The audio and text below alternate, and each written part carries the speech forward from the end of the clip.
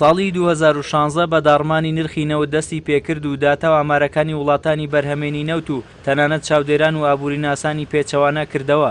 لە مانگی کانونی دووەمی ئەم ساڵدا نرخی نەوت بە 37 دۆلار بۆ هەر بەرمیلێک دەستی پێکرد کە نزمترین نرخی نەوت بوو بەرامبەر بە ساڵی 2015. لە مانگی شوباتیشدا نرخی نەوت دابەزینی بەرچاوی بەخۆیەوە بینی و نرخی هەر بەرمیلێک نەوتی خاوی برێنت بۆ 27 دۆلار دابەزی. ئەمەش نزمترین نرخی نەوت بوو لە دوای ساڵی 2003ەوە.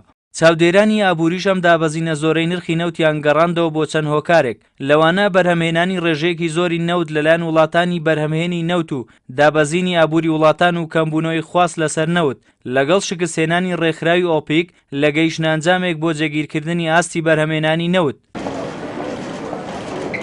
پاش دابەزینی بەرچاوی نرخەکە وڵاتانی سعودیە و قەتەر و رووسیا و ڤەنزوێلا لە مانگی ئازاردا ئامادەی خۆیان بۆ بەشداریکردن لە کۆبوونەوەی ڕێکخراوی ئۆپیک بۆ سەرکردنی ئاستی بەرهەمهێنانی نەوت دەربڕی، بەمەش بەهاکەی تا ڕادەیەک بەرز بووە و نرخی بەرمیلێک نەوت گەیشتەوە 30 دۆلار. هەرچەندە کۆبوونەوەی ڕێکخراوی ئۆپیک لە دەوحە لە 17 نیساندا شکستی هێنا، بەڵام بەهۆی وەستاندنی ئاستی بەرهەمهێنانی نەوت لە نەیجیریا لە ئەنجامی هێرشی گروپە توندڕەوەکان و مانگرتنی کرێکارانی نەوت لە کوێیت نرخی نەوت لە بەرزبوونەوە بەردەوام بوو.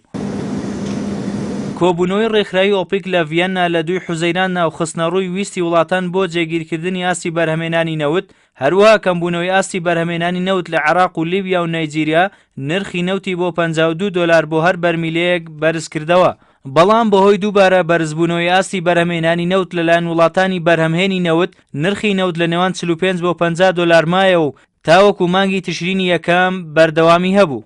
لە 28 ئەیلولدا دوای کۆبوونەوەی ڕێکخراوی ئۆپیک لە جەزایر و ڕێکەوتنیان لەسەر جێگیرکردنی ئاستی بەرهەمهێنانی نەوت لە نێوان 32 ملیۆن و نیو بۆ 33 ملیۆن بەرمیلی ڕۆژانە، نرخی نەوت بۆ بەرزترین ئاست بەراورد بە مانگەکانی پێشوبەرز بووە و نرخی هەر بەرمیلێک نەوتی خاوی برێنت بە 53 دۆلار مامەڵەی پێوەکرا و دووپاتکردنەوەی رووسیاش بە پابەندبوونی بەڕێکەوتنەکەوە هۆکارێکی دیکە بوو لە پشت بەرزبوونەوەی نرخەکەی.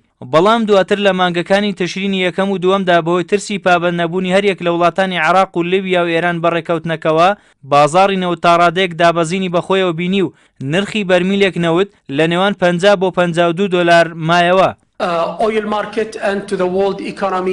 بەڵام دوای کۆبوونەوەی وڵاتانی بەرهەمهێنی نەوت لە 30 تشرینی دووەمدا لە ڤیەننا و جێگیرکردنی ئاستی بەرهەمهێنانی نەوت بۆ 32 ملیۆن و 500 هەزار بەرمیلی ڕۆژانە، نرخی نەوتی لە مانگی کانونی یەکەمدا بۆ سەروی 55 دۆلار بەرز کردەوە. بڕیاریشە ڕێکەوتنی جێگیرکردنی ئاستی بەرهەمهێنانی نەوت لە سەرەتای ساڵی داهاتوودا بکەوێتە بواری جێبەجێکردنەوە و بۆ 6 مانگ بەردەوام بێت لەگەڵ ئەگەری دووبارە درێژکردنەوەی ماوەی ڕێکەوتنەکە. چاودێرانی ئابووریش پێشبینی دەکەن نرخی نەوت لە ساڵی 2017 بەرز بوونەوە بەخۆیەوە ببینێت و لە نێوان 60 بۆ 70 دۆلار بۆ هەر بەرمیلێک مامەڵەی پێوە بکرێت.